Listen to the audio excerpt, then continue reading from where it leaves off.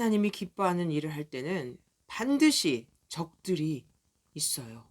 느헤미야도 많은 사람들과 함께 성벽을 뚝딱뚝딱 쓱싹쓱싹 쿵쿵쿵쿵 고치기 시작하자 가만두지 않죠.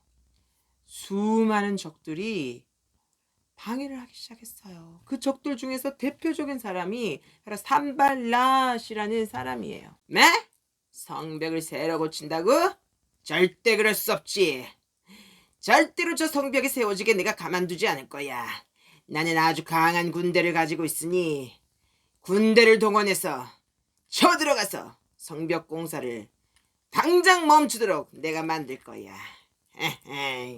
그 다음 사람은 바로 도비아예요. 도비아는 이스라엘 사람들에게 친구처럼 접근해서 그 사람들에게 막 두려움을 주고 서로 싸우게 만드는 역할을 했어요. 스파이 역할을 했어요. 여러분, 저를 믿으시죠? 지금 저기 아주 무서운 군대가 쳐들어오고 있습니다. 지금 그렇게 한가하게 공사나 하고 있을 때가 아니에요. 어서 도망가세요. 지금 느헤미야를 죽이려고 합니다. 어서 도망가세요. 그리고 그거 아세요? 느헤미야가 자기가 왕이 되고 싶어서 저렇게 잘난 척하는 거라고요. 감히 자기가 저렇게 공사를 완성해서 멋지게 업적을 거두어 왕이 되려고 하는 거예요. 이 왕이 알면 얼마나 괘씸하게 생각하실까요?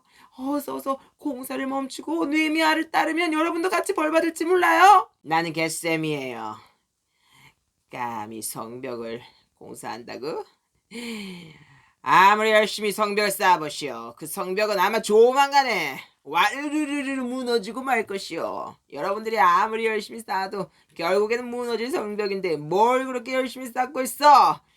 나는 어찌하든지 산발락과 저 도비아를 도와서 저 성벽 공사가 절대로 성공하지 못하게 방해를 해야지.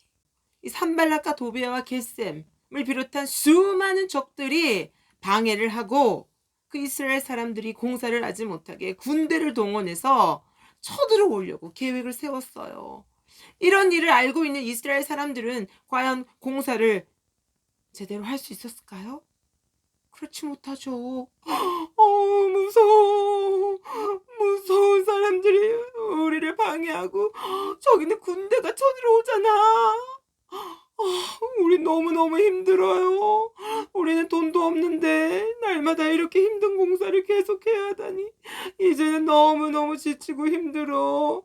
우리 이제 공사를 그만하고 그냥 다른 데 가버릴까요? 그냥 평소대로 살면 안 될까요? 이스라엘 사람들은 점점 적들이 방해를 하자 마음이 약해지고 마음에 무서움이 가득해져서 성벽 공사를 못하겠다고 했어요. 그런 와중에 우리 느헤미야는 어떻게 했을까요? 여러분, 이제부터는 달라져야 합니다. 제 말을 잘 들어주십시오. 여러분, 지금 적들이 너무나도 심하게 우리를 방해하고 있습니다.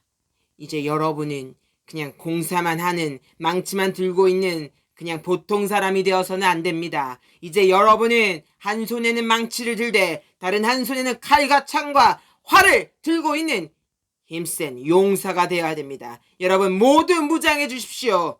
여러분이 무장하셔서 여러분의 가족을 위하여 싸워 주십시오. 여러분이 용사가 되지 않으면 여러분의 가족도 모두 다치고 말 것입니다. 겁을 먹고 있던 이스라엘 사람들은 느헤미야의 말을 듣고 드디어 용사로 무장하기로 했어요. 아무것도 없던 그냥 얇은 옷 하나 걸치고 있던 몸에 이제부터는 갑옷을 입기 시작했어요. 든든한 갑옷을 입고 아무것도 들고 있지 않던 그 한 손에는 이제부터는 아주 큰 칼을 들기 시작했어요. 칼과 창과 활을 들고 적들이 공격해오면 언제든지 맞서 싸울 준비를 했어요. 아무것도 없던 머리에는 든든하게 어떤 공격이 와도 막아줄 수 있는 투구를 쓰고 갑옷을 입고 방패를 들고 이제는 용사가 되어서 싸울 준비를 했어요. 이제 우리는 싸울 준비가 됐습니다. 이제 우리는 무섭지 않습니다. 우리는 이제 용사입니다. 모든 사람이 용사로 무장하자 적들은 어떻게 됐을까요?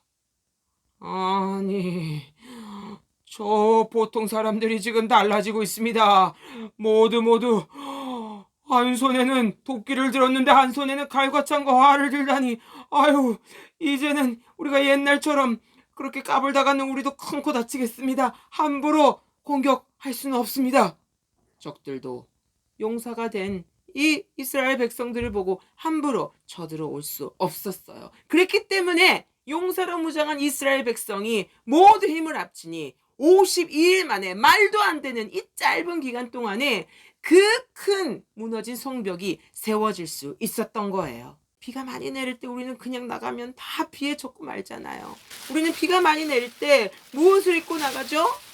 우산을 들고 나가는데요. 비가 정말 많이 올 때는 우산도 써야 되지만 이렇게 비옷을 입습니다. 이 비옷을 입고 나가면 많은 비가 와도 우리의 몸이 젖지 않고 보호가 되죠.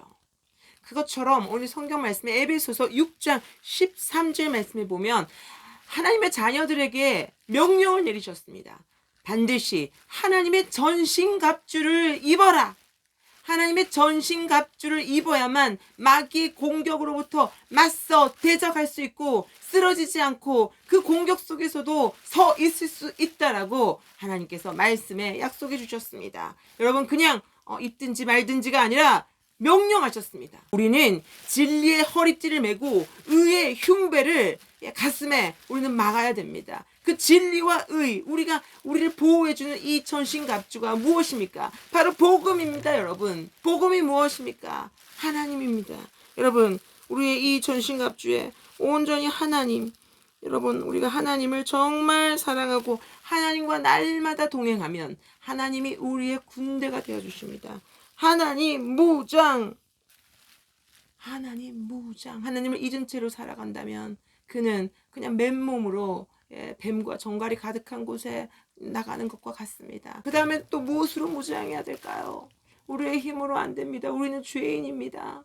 우리는 연약합니다. 우리가 아무리 하나님으로 무장하고 하나님을 온전히 사랑하고 싶어도 우리는 죄를 갖고 태어났습니다. 우리는 망가져 있습니다. 우리는 온전히 하나님과 함께 할 수 없습니다. 그렇기 때문에 우리에게 하나님과 함께 꼭 필요한 그 무장해야 될 것이 있습니다. 그것은 바로 무엇입니까?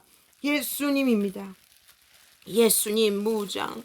우리의 모습 그대로는 하나님께 나아갈 수 없습니다. 예수님께서 흘려주신 십자가의 피를 입을 때 우리는 하나님께 나아갈 수 있습니다. 예수님의 십자가의 피는 어떤 마귀의 공격도 이길 수 있습니다. 우리의 모든 연약함을 강하게 씻을 수 있는 능력, 그것은 예수님의 십자가의 피입니다.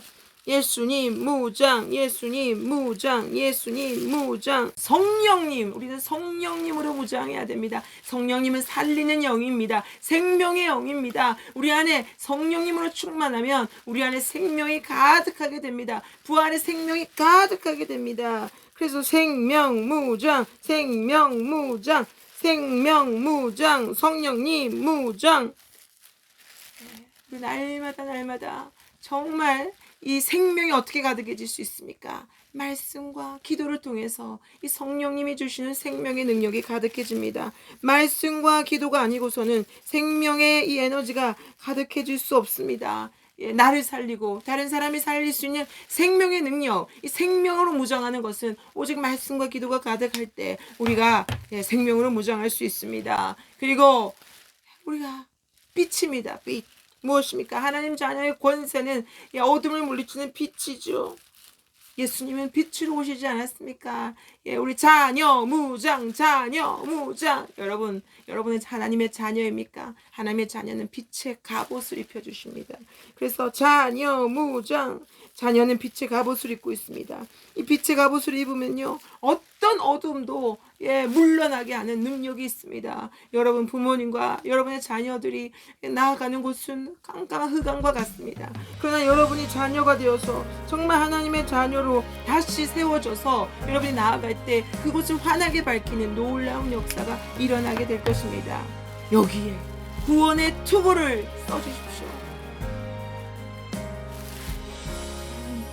날마다 여러분의 머리를 복음으로 지켜주십시오. 여러분의 생각이 온전히 복음을 잊어서는 안 됩니다. 하나님이 나와 함께 하시고 그 하나님이 예수님을 보내셔서 나를 구해주시고 정말 그 성령님께서 지금도 나를 살리시고 나를 영원히 생명의 자녀 삼아주시고 또한 나를 빛의 자녀 삼아주시는 이 놀라운 구원의 감사를 여러분 한순간도 이 구원의 투구를 쓰고 잊어서는 안 될 것입니다.